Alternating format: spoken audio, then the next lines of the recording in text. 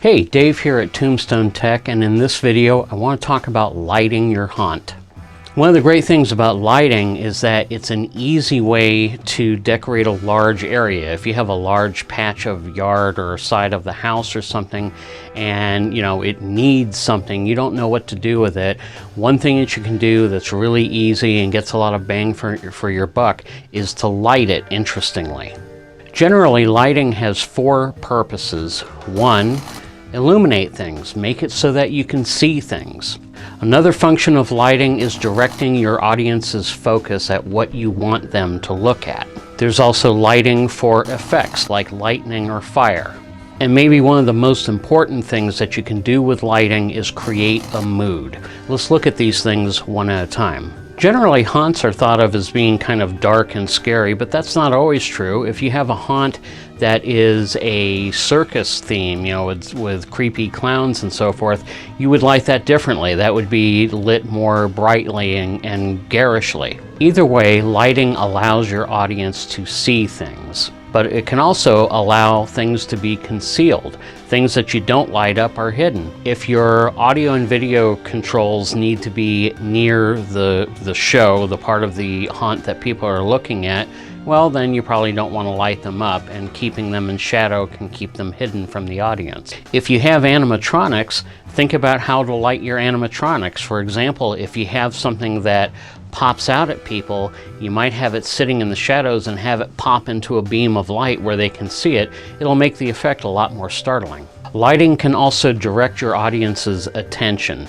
If you have a skull that chatters its teeth every so often, you might want to set it up so that when it starts to chatter its teeth, a light hits it and lights it up, and then when it stops, the light turns off and turns on in a different prop. Use that lighting to get people to look where you want them to look. Using light to direct your audience's attention to something doesn't always entail having a light shine on something you want them to look at. You could also have something give off its own light. Using black lights, of course, is how you get things to glow and look ethereal and otherworldly. In my own haunt, all of my tombstones are treated with fluorescent paint so they glow when black light hits them. This draws attention to the tombstones, makes them look kind of creepy, and also enables people to read the inscriptions on the tombstones. When I did the witch's castle, we had a cemetery in front of the house, and the movement of lights around the cemetery, and I'd come on here, and then the statue, and then here, and then another statue. It kept people engaged and interested, and that's something that you can do with a cemetery or any scene in a haunt. Lighting can also be used to create effects, and the most common effect is, of course, lightning. But lighting can be used for other effects as well. If you have a flickering red or yellow light under a cauldron, that simulates fire. You can also reflect light off of a shallow pan of water to get the reflections on a wall.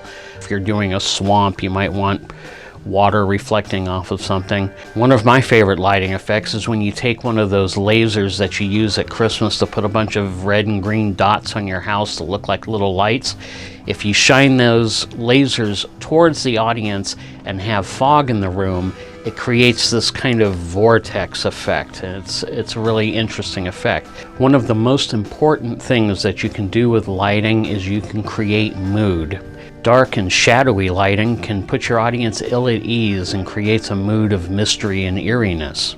On the other hand, bright and garish lighting creates a mood of anxiety, like they're under attack. When you know what kind of mood you want to create for your audience, then you have a better idea of what kind of lighting to use.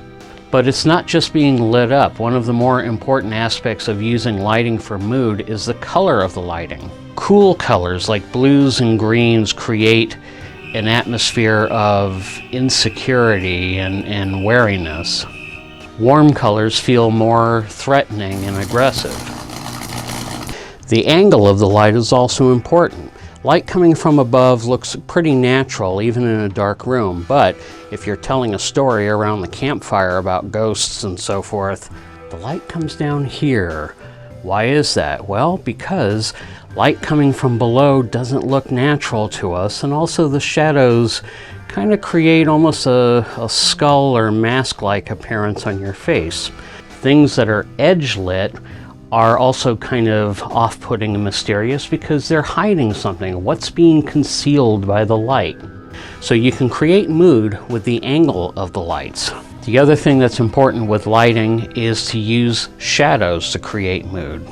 A feature that I want to introduce on these videos is something that I'm calling the cheap creep. A cheap creep is just an easy, inexpensive way to make an interesting effect. And here's the first one, the cucoloris. One way to create mood with shadow is through the use of what's called a cucoloris. I'm not making that name up, that's what it's actually called. A cucoloris is basically something that goes between the light and something you want to cast a shadow on. Here's a good example of the use of a cucoloris in a movie. This shot is from the 1959 horror classic, The House on Haunted Hill. If you look in the hallway behind actress Carolyn Craig, you'll see that there's lots of shadows on the wall, and one of the shadows there on the lower part of the wall even looks like a spider web, which is a nice touch. The shadows make the shot more interesting because there's so many things for your eyes to look at. I did a quick and dirty Photoshop job to illustrate this point and tried to take out as many of the shadows as I could. And if you look at this, without the shadows, there's not as many things for your eye to look at, and it makes the shot less interesting. This shows you how you can use shadows to make large areas of your haunt look decorated and interesting just by putting on a light with a cookie in front of it to create some interesting shadows. You can use anything to create a cucoloris. So in this case, I'm using this novelty fly swatter. Okay, that breaks up the light. It's kind of interesting, but what makes it look eerie is when the angles are extreme and kind of lopsided. Something more like that.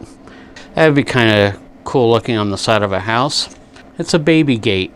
That's kind of an interesting bunch of shadows. It's a bundle of phone charging cable. So that was just kind of a quick rundown on lighting. I hope you enjoyed it. And if you'd like to see more, please like and subscribe so I can continue making these.